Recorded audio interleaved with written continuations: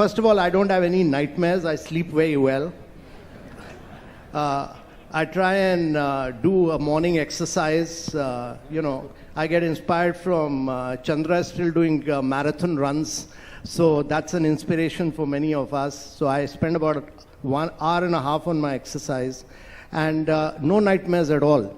The challenge is, actually G20 is it's a tough job, because to be able to convince all the Sherpas that this is what the world needs and this is where we need to take the world to.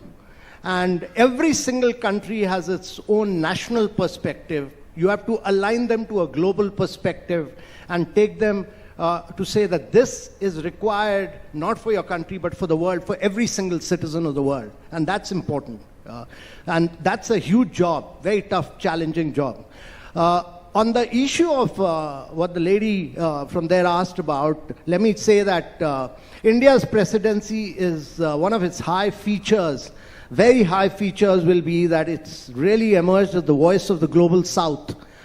6 of the fastest growing 12 countries is actually coming from, if you look at the 12 fastest growing countries in the world, 6 of them are actually coming from Africa region. And so throughout our presidency, one thing that we've done, it started with the Prime Minister having a Voice of the Global South Summit, where he met 125 leaders, and his advocating by writing to all the leaders that African Union must have a permanent membership of G20.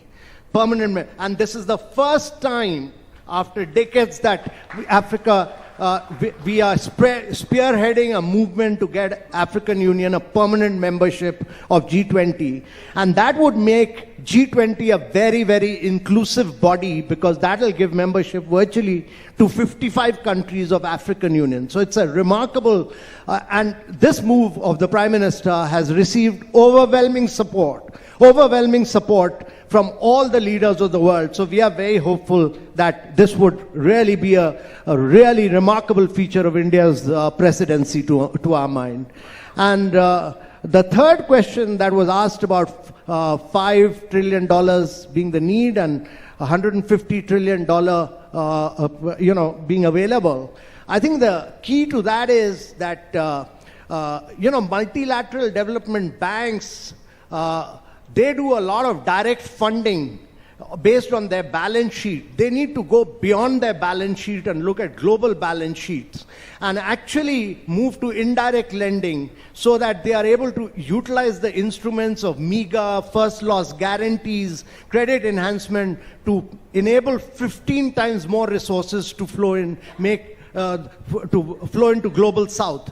That is the key to my mind, because if global south grows, if 2/3 of the growth is going to come from global south, and if resources are made available and backed by good governance in the global south, then the world will grow for the next 3 to 4 decades. That is the reality of the world, and it's very important that multilateral financial institutions, the international financial architecture, both the international financial architecture is heavily weighed against the global south right now. Instead of resources flowing in from the developed world to the developing world, actually resources are flowing out from in developing world to the developed world. This financial structure needs to be realigned. The multilateral development banks need to put greater amount of indirect lending into the global south. That is really the key.